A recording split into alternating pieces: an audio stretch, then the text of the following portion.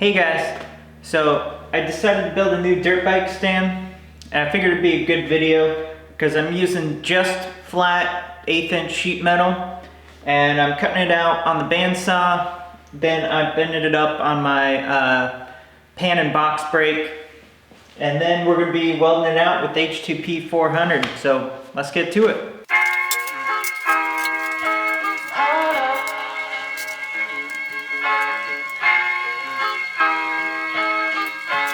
I'm so in love with you. You got me down again.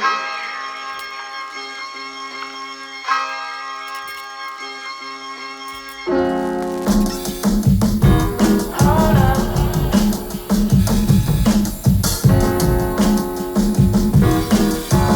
I'm so in love with you. You got me down again.